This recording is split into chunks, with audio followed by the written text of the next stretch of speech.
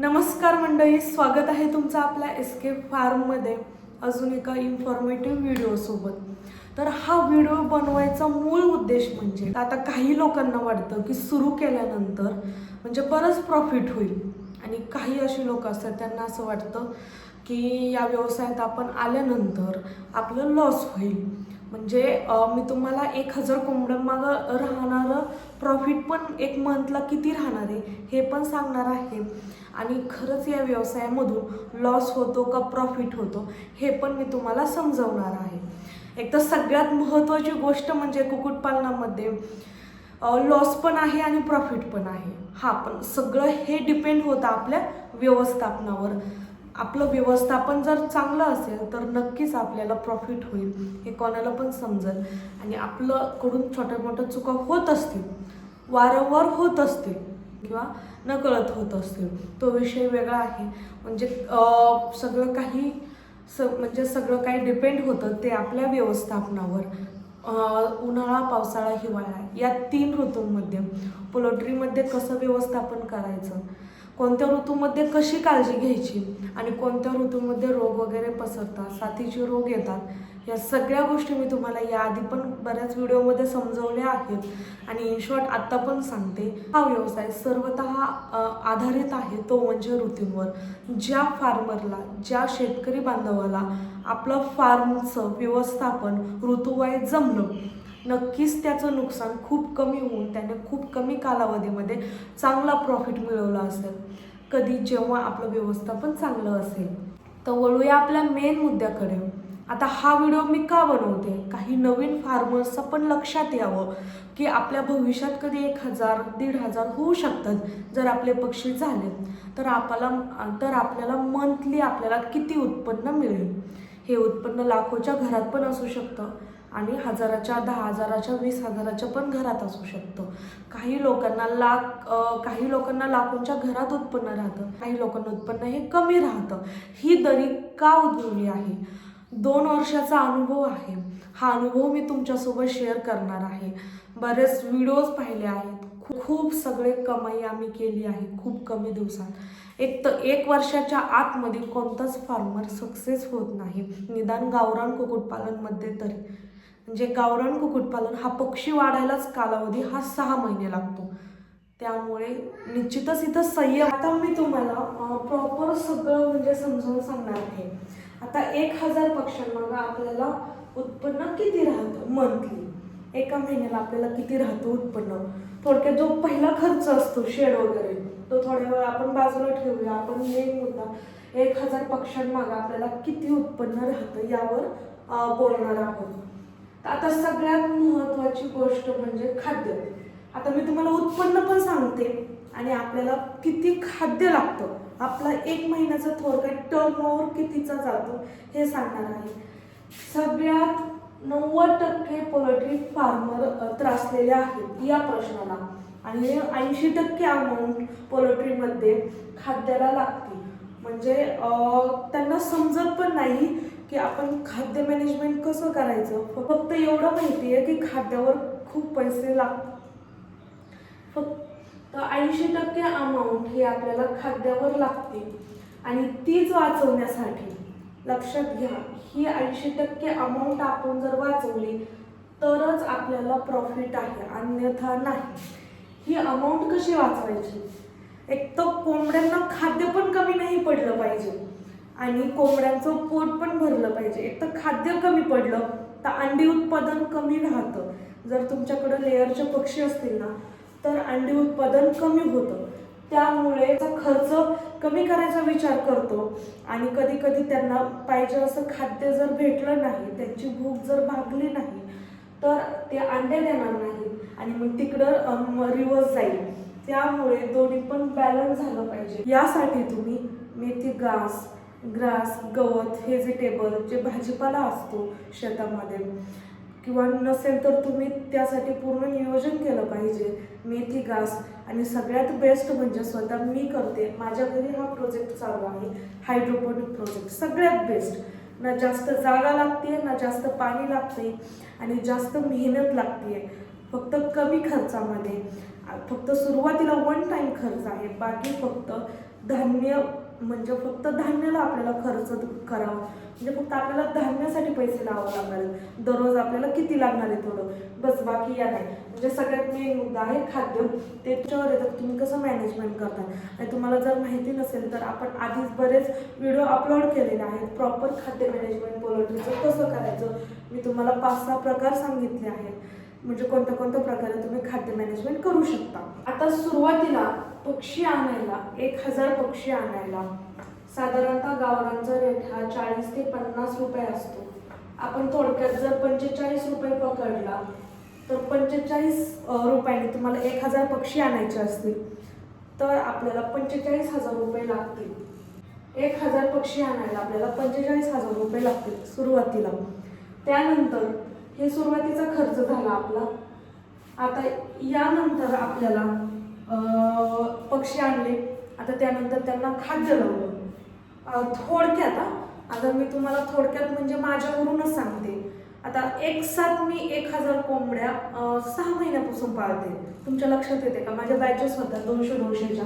कधी कधी त्यातले पक्षी काही मरत होते, काही जगत होते. रिॲलिटी सांगते, काही मला पण एवढं नॉलेज नव्हतं सुरुवातीला, त्यामुळं काही पक्षी मरत होते. कधी कधी उन्हाळा वगैरे गरमीमध्ये सगळे अंडे मशीनमध्ये टाकलेले काही सगळे फर्टाईल नसतात, त्यामुळे अंड्याचा रेशिओ कमी होत होता, पिल्लं कमी निघत होते.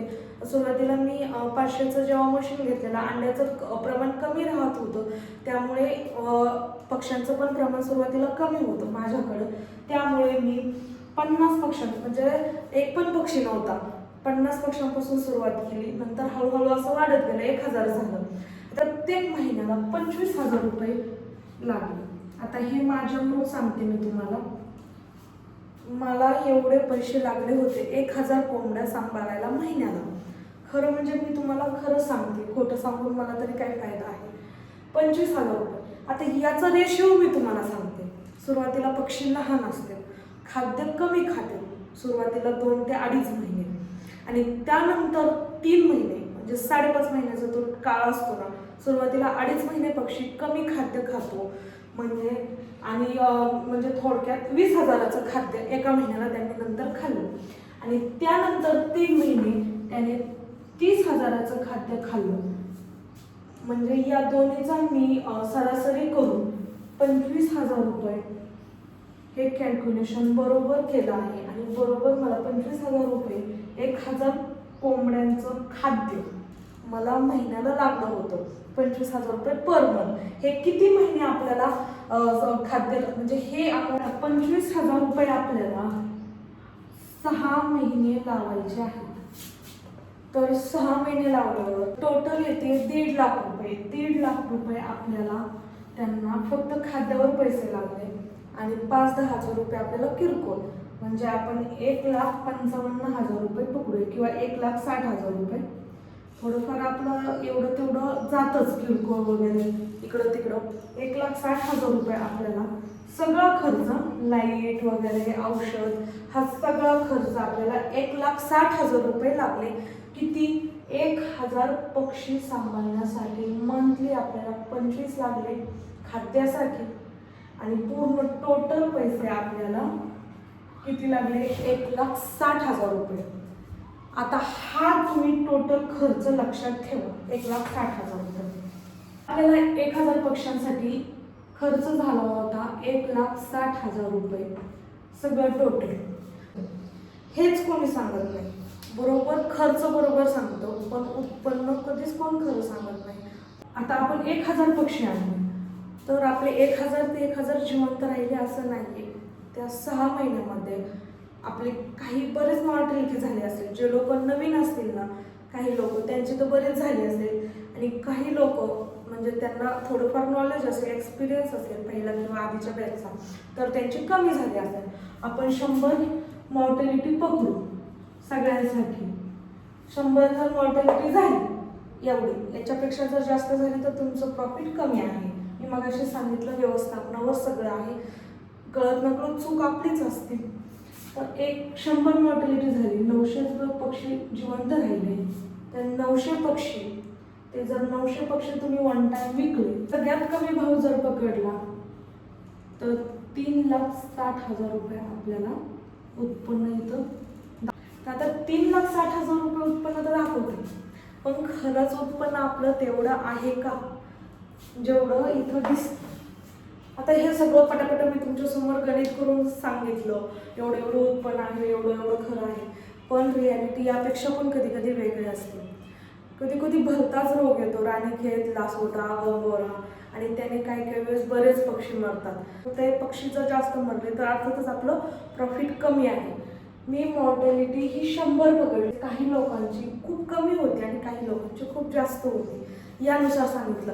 अर्थातच तुम्ही लसीकरण, औषधं होतं आणि कसं मॉर्टॅलिटी कमी होईल याकडे जर तुम्ही लक्ष देत असाल, हिवाळ्यामध्ये टेम्परेचर लहान पक्ष्यांचं ब्रूडिंग व्यवस्थित करत असतात, मोठ्या पक्ष्यांना लेअरच्या कोंबड्यांना खाद्य वगैरे व्यवस्थित देत असतात, त्यांना कॅल्शियम, प्रोटीन, प्रोटॉन हे सगळं जर त्यांच्या पोटात जात असेल, अंडी उत्पादन चांगलं होत असेल, तर त्यांना तर अर्थातच आपल्याला 3,60,000 रुपये एवढं आपल्याला उत्पन्न आहे. हे फक्त पक्ष्यांचं झालं, हे वन टाईम आहे आणि हे आपलं इन्व्हेस्टमेंट, थोडक्यात हे आपल्याला लास्टला मिळतं. पण जो खरा सुरू होतो, तर आता आपण 1,000 कोंबड्या, आता काही म्हणतात अंड्याचे पैसे वेगळे. कोणता पक्षी हे 2 ते 3 महिन्यात अंड्यावर येतो. एक तर तुम्हाला अंड्याचं तरी उत्पन्न मिळेल किंवा हे तरी उत्पन्न मिळेल. असं का बोलते मी? जर तुम्ही पक्षी विकले नाहीत, तर तुम्हाला एवढी अमाऊंट मिळणार नाही, अंड्याची अमाऊंट मिळेल. अंड्याचा रेशिओ गावरांमध्ये खूप तर 35 ते खूप झालं एवढं. कोण म्हणतं 500 कोंबड्या 250 अंडे, असं काहीच नाही. स्वतः मी अनुभवत आहे ना, माझ्याकडं 500 कोंबड्या आहेत. आता मला बरेच कमेंट येत आहेत, अंडे किती सापडतात? बरंच 150, 170, कधी 200 असे अंडे सापडतात. म्हणजे 150च्या पुढं 200पर्यंत, म्हणजे किती झालं? 35 ते 40% रेशो झाला गावरांमध्ये अंड्याचा. असं कधीच नाहीये आणि कुठंच नाहीये. जे कोण सांगत असेल ना असं की 400 कोंबड्या 200 अंडे, असं कधीच होत नाही. कारण गावरांमध्ये प्रमाण हे एवढंच राहतं, रेशो अर्ध्यातलं पण अर्ध, म्हणजे पाव. थोडक्यात किती? 35 ते 40% प्रमाण. खूप चांगलं खाद्य, खूप चांगलं त्यांना खाद्य मिळत असेल तर अर्थात 40%. आणि जर तुम्ही ते पक्षी ठेवले तर तुम्हाला दररोज काही मेल येतील, काही फिमेल येतील. 1000 समजा 500 मेल झाले आणि 500 मधल्या थोडक्यात समजा, मी तुम्हाला इथं सरासरी सांगते तुमच्या लक्षात येण्यासाठी. मी म्हणजे इथं बरोबर ॲक्च्युअल असं सांगत नाही, फक्त माझा खाद्याला किती खर्च झाला होता हे तुम्हाला मी सरासरी सांगितलं. तर आता थोडक्यात तुम्हाला मी सांगितलं, त्यातले 500 समजा फिमेल आणि 500 मेल झाले, तर 700 असू शकतात आणि 200 पण असू शकतात. मी तुम्हाला अंदाज सांगते.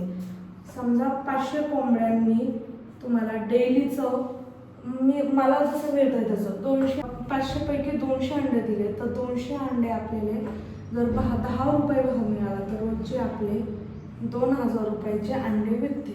म्हणजे हा तुमचा चालू सोर्स चालू होईल, म्हणजे हा तुमचा डेलीचा सोर्स चालू होईल. आणि जर तुम्ही ते पक्षी आणले आणि 6 महिन्यात विकले तर 3,60,000 उत्पन्न होईल.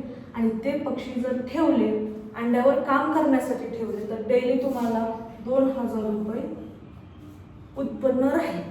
आता कोण मांसावर काम करतो, कोण अंड्यावर काम करतो आणि कोणाच्या घरी हॅचरी आहे, कोण लहान पक्षी विकतो. तर आपापल्या बेसवर झालं, आपल्याला कोणत्यामध्ये प्रॉफिट चांगलं राहील किंवा आपल्याला कोणतं चांगलं जमलं. काही लोकांना वाटतं कुठं म्हणजे ते अंड्याचं वगैरे हे तर आणायचे, मोठे करायचे, विकायचे. काही लोकांना वाटतं आणायचे, अंड्यासाठी ठेवायचे, दररोजचा आपला चालू सोर्स, चालू इन्कम चालू राहील, म्हणजे दररोजचा डेलीचा इन्कम आपला चालू राहील. दररोजचं 2,000 रुपये झाले तरी महिन्याचे आपले 60,000 रुपये होते. म्हणजे हा आपला चालूचा जो खर्च आहे, फक्त आपल्या सुरुवातीला 6 महिन्यापर्यंत पैसे लावायचे अंड्यावर येऊपर्यंत. जेव्हा आपला पक्षी अंड्यावर येईल त्याच्यानंतर तो त्याचा खर्च बरोबर भागवतो, म्हणजे अंड्याच्या पैशांचा. आणि त्यानंतर आपण थोडे मेल कमी केले तर तो आपल्याला प्रॉफिट राहतो. म्हणजे एक तर 3,60,000 रुपये तुम्हाला किंवा हाय म्हणजे हे दोन वेगवेगळे सोर्स आहेत. कोण कोण यातच गणित करतं आणि इथंच तुम्हाला खूप मोठा ट्विस्ट मी सांगितलेला आहे. काही लोकांच्या लक्षात येत नाही. पक्षी आणले आणि ते मोठे केले, तर पक्षी आणले आणि ते विकलेच नाही, तर तुम्ही कसं काय 900 पक्षी 400 रुपयांनी, म्हणजे तो तुम्ही कधी दाखवूच नका. डायरेक्ट अंड्याचं उत्पन्न सांगा फक्त. आणि जर पक्षी आणले डायरेक्ट विकले तर एवढं उत्पन्न राहील.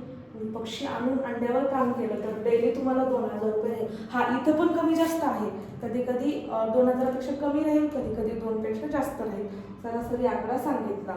कुक्कुटपालन म्हणलं तर थोडी रिस्क पण आहे, लॉटरीसारखं आहे. कधी कधी म्हणजे खूप चांगला भरघोस प्रॉफिट होतो आणि कधी कधी लॉस होतो. कधी कधी बॅचेस फेल जाते आणि कधी कधी खूप चांगलं म्हणजे आपल्याला प्रॉफिट राहतो. लॉस पण सहन करण्याची ताकद आपल्यामध्ये असली पाहिजे. एकदा या क्षेत्रात उतरलं तर माघार घेता कामा नये. कारण बऱ्याच लोकांना रिस्क वाटतं, पण कोणताच व्यवसायामध्ये रिस्क नाही असं मला तरी वाटत नाही. प्रत्येक व्यवसायामध्ये आहे. कोणता पण सजीव जीव पाळा तुम्ही, गाई पाळा, म्हैस पाळा, गोट पालन वगैरे कोणतं पण करा, तो जीव आहे. कधी पण म्हणजे त्याची आपण गॅरंटी देऊ शकत नाही. जेवढं होईल म्हणजे आपल्याकडून फक्त त्यांची व्यवस्थित काळजी वगैरे घ्यायची आहे. बाकी मॉर्टॅलिटी ही कोणत्याच फार्मवर नाही आहे असं नाही. तर चला, व्हिडिओ आवडला असेल तर नक्कीच व्हिडिओला लाईक करा. जास्तीत जास्त लोकांपर्यंत आपला हा व्हिडिओ पोहोचवा. तुम्हाला व्हिडिओमधला कोणता पार्ट आवडला हे पण मला कमेंटमध्ये नक्की सांगा. ही सांगितलेली सगळी माहिती ही मी तुम्हाला म्हणजे अशा भाकड कथा सांगितल्या नाहीत, खरं रियालिटीवर सांगितलं आहे. मी स्वतः करत आहे, त्यावरून मी तुम्हाला ही माहिती दिली आहे. माहिती आवडली असेल तर अशा शेतकरी फार्मर्सपर्यंत आपली ही माहिती पोहोचवा, जेणेकरून त्यांना पण फायदा होईल. कोण तुमचे नातेवाईक वगैरे त्यांच्या मनामध्ये डाऊट असेल करावं का नाही करावं, त्यांना पण आपली ही माहिती सांगा, म्हणजे त्यांना पण खरंच जेन्युइन माहिती त्यांच्यापर्यंत पोहोचवा. तर चला, भेटूया उद्याच्या नवीन व्हिडिओमध्ये. व्हिडिओ कोणत्या रिलेटेड पाहिजे हे तुम्हीच मला कमेंटमध्ये सांगा, म्हणजे आपल्याला पुढचा व्हिडिओ त्यावर बनवता येईल. तर तोपर्यंत आपल्या चॅनलला सबस्क्राईब करून ठेवा आणि बेल आयकॉन दाबायला विसरू